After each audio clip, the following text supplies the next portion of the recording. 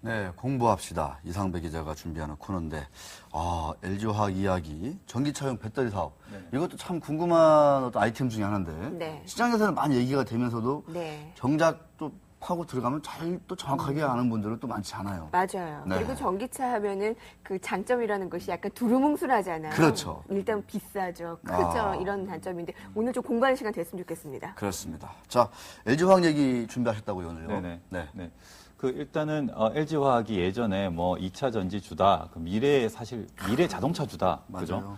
왜냐하면 사실 전기차의 거의 가격의 반 정도 거의 뭐 전기차 배터리이기 때문에 그런 식으로 뭐 주가가 뭐 거의 뭐 7, 8배 이렇게 뛰었던 기억을 갖고 계실 겁니다. 그런데 최근에 중국 좀 안 좋아지고 이게 석유화학주 팍팍 떨어지면서 주가가 좀 안 좋았죠. 그리고 고유가 대안으로 전기차가 주목을 받았는데 또 기름값이 좀 떨어졌어요. 경기 안 좋아지면서. 그러면서 이게 조금 전기차 하이브리드카가 좀 별거 있겠느냐 이러면서 조금 테마가 좀 식었던 면이 없지 않아 있는데 최근에 유럽에서 좀 좋은 소식이 들려왔습니다. 그 르노가 뭐 이제 그 전 세계 뭐 탑급 뭐 자동차 업체는 아닙니다만 전기차 쪽에 지금 올인을 했어요. 그 자동차 업체들 전략이 조금씩 다른데 뭐 하이브리드카 쪽에 올인하는 데도 있고 뭐 전기차 쪽에 하는 데도 있고 둘 다 하는 데도 있는데 그 르노는 거의 전기차에 올인을 해서 그다음에 좀 앞서 있는 그런 업체에 속하는데요. 그 최근에 이제 트위지라고 하는 이제 전기차를 트위지. 좀 사진을 좀 보여주시면 좋겠는데요. 트위지라고 하는 아주 작고 뭐 앙증맞은 이런 자동차를 하나 내놨습니다. 저기 자동차예요? 이게 사실 솔직히 말하면 거의 4발 달린 오토바이다. 뭐 거의 이렇게 보시는 게 가장 적합한데 네. 사람이 앞뒤로 탑니다. 앞뒤로. 동승 패센저 시트 옆에 있는 게 아니고 뒤에 있어서 숨어 있는데 보면은 이제 한 명 타는 것 같죠.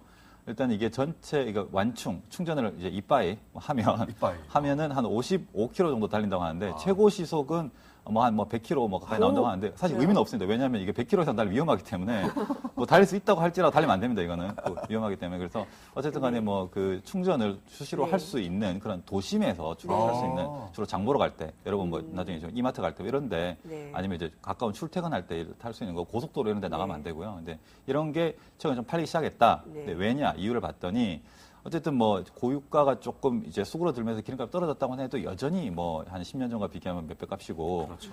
그리고 최근에 이제 원래 전기차가 기름값은 아끼지만 이 자동차 자체 가격이 좀 비쌌잖아요. 그런데 그게 이제 가장 큰 이유가 배터리 가격이었는데 말씀드렸다시피 자동차 가격이 거의 절반을 차지하니까 근데 그거를 리스로 돌렸습니다. 르노가 리스로 돌리면서 원래 이게 자동차 값이 한 2천만 원 해야 되는 건데 우리 돈으로 700유로 정도로 이제 깎았습니다. 그래서 우리나라 돈으로 한 1,000만 원 정도로 깎고 나머지 1,000만 원 정도를 배터리 값을 리스로 돌렸습니다. 달달이 조금씩 내라 이런 식으로 하니까 사람들 입장에서 그 기름값 아끼는 만큼 리스비 내면 되는 거잖아요. 그렇게 해서. 그러니까 사람들 입장에서는 이거 괜찮다. 그래서 얘기 되네요. 그래가지고 이게 3월 15일 날 출시가 프랑스에서 됐는데 유럽 전역에서 지금까지 한 2달 정도 5월 달까지 계산해 보니까 한 6,000대가 팔렸고 독일에서 한 1,000대. 그러니까 지금 여러분들 유럽 여행 가보시면 독일, 프랑스, 스위스, 오스트리아 이런 데 가보면 작은 차들밖에 없잖아요, 대부분.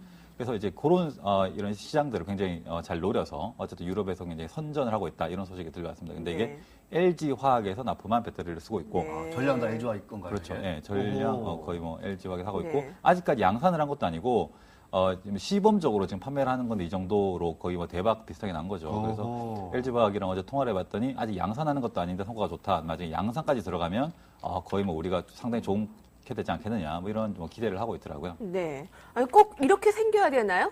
이게 생긴 게? 네. 이게 뭐 좀 전기차 중에도 좀 작은 놈 있고 네. 큰 놈은 없고 좀 덜 작은 놈 있고 뭐 이렇습니다. 그래서 이제 네. 그 지금 르노에서 이번에 내놓은 그 트위지 같은 경우에 아까 보셨다시피 거의 오토바이에 가까운 뭐 이런 친구인데 좀 있으면 이제 좀 큰 놈이 나옵니다. 뭐 ZOE ZOE라고 하는 여기는 한 4명 정도 탈 수 있는 그래서 가격도 한 2배 됩니다. 그 배터리를 리스로 돌려도 우리 돈으로 한 2천만 원 정도 되는 근데 어쨌든 그래도 여전히 기름값을 절감할 수 있으니까 괜찮은 장사다. 뭐 이렇게 많이 얘기를 하고 있습니다. 이혜림께서는 뭐 성능이고 그런 건 둘째치고 일단 왜 생긴 게 이 모양이냐?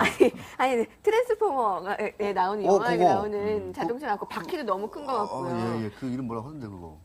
그러니까요. 근데 저거, 우리나라에서 저런 거 타면 시선 집중이 완전 한 번에 확 되지 않을까요? 진짜. 그렇죠. 네. 그러니까 조금 비싼 오토바이 요 정도 이해를 하시면 지금 사실 저 규모는. 그렇죠. 사실 저도 보고 이게 유튜브에 보면 이게 달리는 장면 나옵니다. 보실 수 있는데 타고 싶다, 사고 싶다, 돈 있으면 이런 생각을 좀 하게 만들더라고요. 그래요? 네, 왜냐하면 일단 뚜껑이 있으니까 비와도 살 수 있고.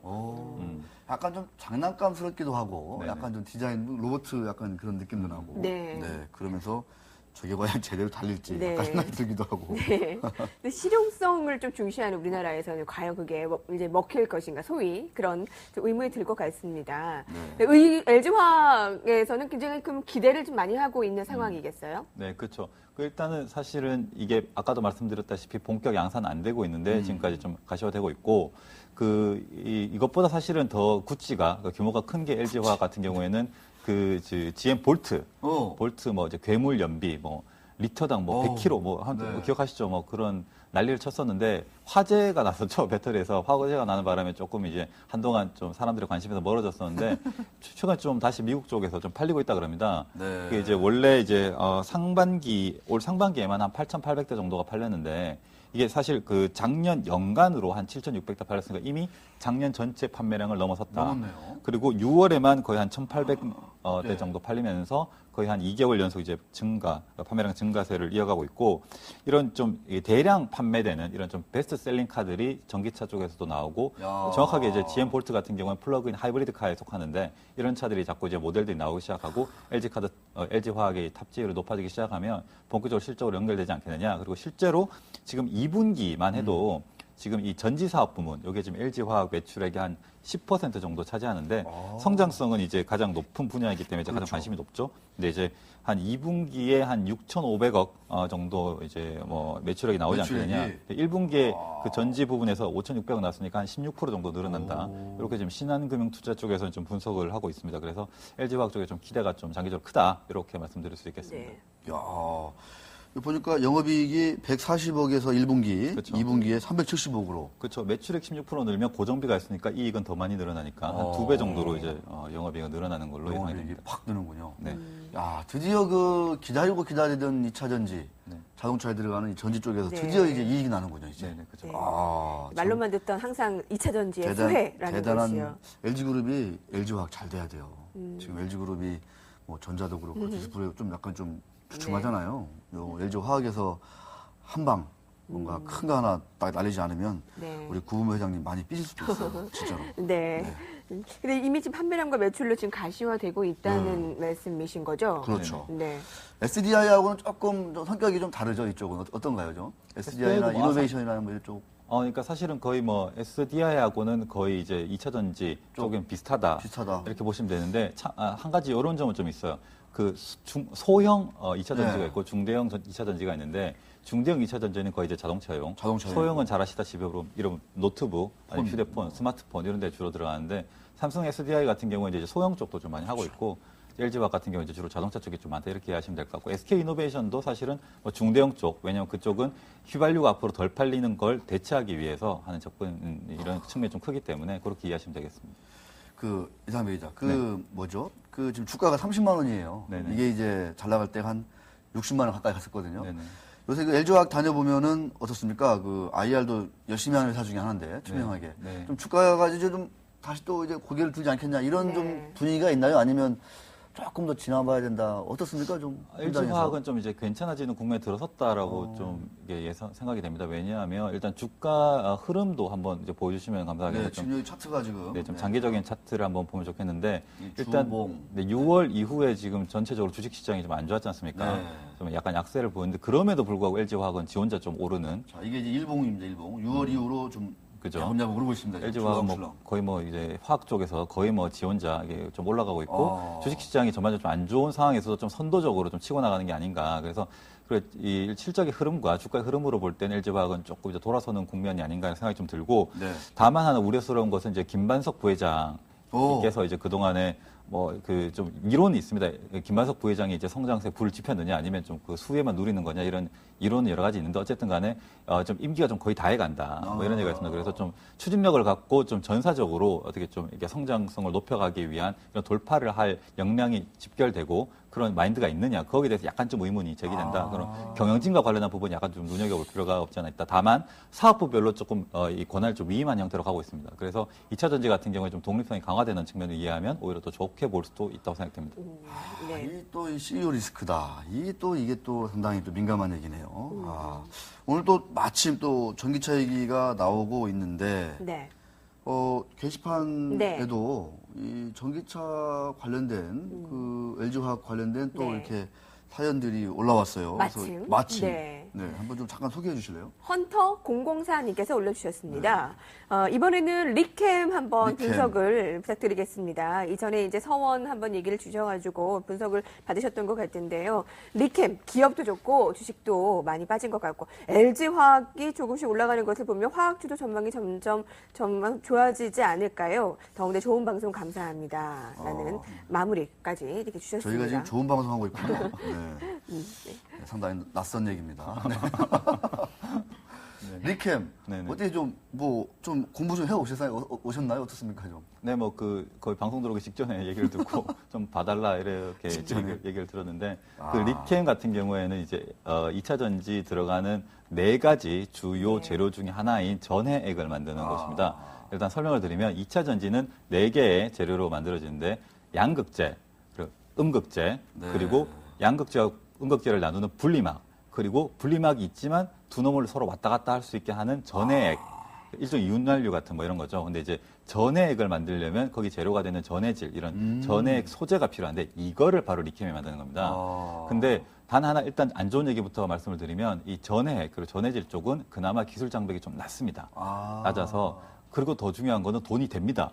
그러니까 새로 뛰어들려고 하는 쪽이 꽤 많은 거죠. 많구나. 보통 우리가 이 산업을 분석할 때 베리어가 진입 장벽이 얼마큼 높으냐, 높을수록 좋은 건데 이건 좀 낮다 이런 게 좀 이제 안타까운 면인데 어쨌든 지금 아까 말씀드렸었던 LG 화학 쪽의 2차 전지가 좀 살아나기 시작을 하는데 여기에 납품을 합니다. 리캠이. 그래서 중장기적으로 리캠의 이제 그 전해액 관련한 2차 전지 전해액 관련한 매출이 늘어날 것이라는 것은 예상이 가능한데 다만 문제는 작년에 이 수요가 팍 늘어날 걸로 보고 확 질렀습니다, 설비를.